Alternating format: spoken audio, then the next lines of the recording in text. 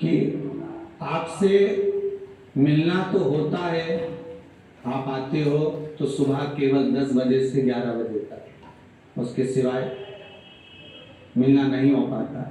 ये व्यासपीठ है, शिवपोथी है, ये कुबेरेश्वर की धरा है, गौ माता है। प्रेम से इस भूमि पर जो मांगोगे, विश्वास है कि बाबा खाली तो नहीं छोड़ेगा, वापिस बुलाएगा। तो भूमि का सबसे बड़ा बल यही है कि बाबा यहाँ खाली नहीं छोड़ता। और इंतजार करना 3 महीना हो, नहीं तो कहीं तो एक सोमवार करने वापिस आ जाए, ऐसा नहीं, थोड़ा इंतजार। जो कष्ट है, परेशानी है, वो बाबा काटेगा, थोड़ा समय तो लगता। कर्म में जो लिखा है भगवान, देखो सीधी बात है, इतनी भरी भरी जगह है, उसमें कोई ठसम ठस आके एकदम देखेगा तो थोड़ी जगह तो बनाने में समय लगेगा, है। और इतना पाप कर्म भरा हुआ है, इतना अहंकार, काम, लोभ, वासना, तृष्णा, आसक्ति सब भरी हुई है। अब उसको काट कर भीतर शिवाय और तुम्हारे सुख दे, तो वो देवताओं से भी तो भगवान को कहीं बोलना तो पड़ता है, कोई कारण क्या है, तुमने इसको आगे क्यों बिठाया है? भगवान से भी पूछा जाता है कि तुमने इसका दुख क्यों काटा, इसके तो भाग्य में ये लिखा था, कष्ट लिखा था, रोग लिखा था, बीमारी लिखी थी, फिर तुमने क्यों काटा? तो शंकर भगवान को बोलना तो पड़ेगा कि वो इतने दिन से उपासना कर रही, भजन कर रही, कीर्तन कर रही, खूब नाम जाप कर रही, नहीं काटू तो क्या करूं? तो फिर तो कहना तो पड़ेगा ना। अब तुम तो सोचो कि बस आज दिया लगाया कल कहाँ हो जाए, तुम तो महाराज जी के ऐसा सोचो, तुरंत हो जाते। ये कोई यहाँ जादू तो ना तो है नहीं, यहाँ तो केवल शंकर का भजन है, शिव का नाम है, शंकर की कथा सुनो, आनंद पाओ, भजन करो, कीर्तन करो, नाम जाप करो। और जितने लोग टीवी चैनल के माध्यम से सुन रहे हैं, जितने लोग फेसबुक यूट्यूब पर सुन रहे हैं, सब जानते हैं और सबने उपाय करे।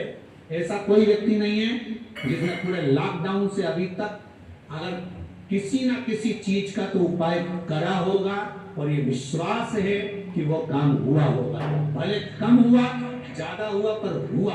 ये तब अब आसक्तियां तो बढ़ती है, काम होने के बाद फिर दूसरा लेके बैठ जाते हैं, काम करो फिर दूसरा, अपना काम खत्म हो गया तो हाँ ननन का छोरा, अब ननन का छोरा हो जाए तो मामा की छोरी, अब मामा की छोरी के बाद में फिर कोई बच्चा पड़ोसन, तो काम ही लगा हुआ है।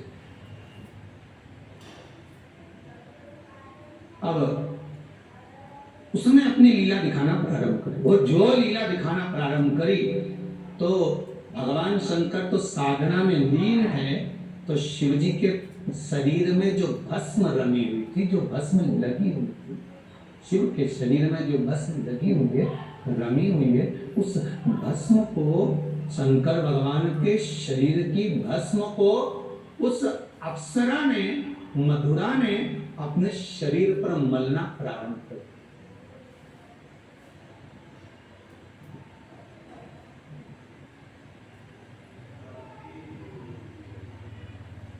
क्यों?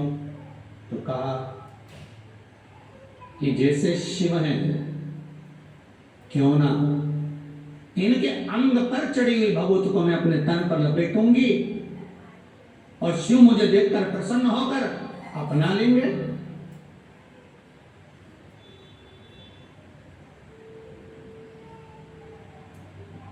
देखिए, भस्म लगाओ शरीर पर मनाने, पर भस्म आसक्ति को छुड़ाती है। भस्म आसक्ति को समाप्त करती है। भस्म लगाओ मना नहीं है, पर भस्म आसक्ति को समाप्त करती है। इसलिए जब कोई विशेष बीमारी हो, रोग हो, कष्ट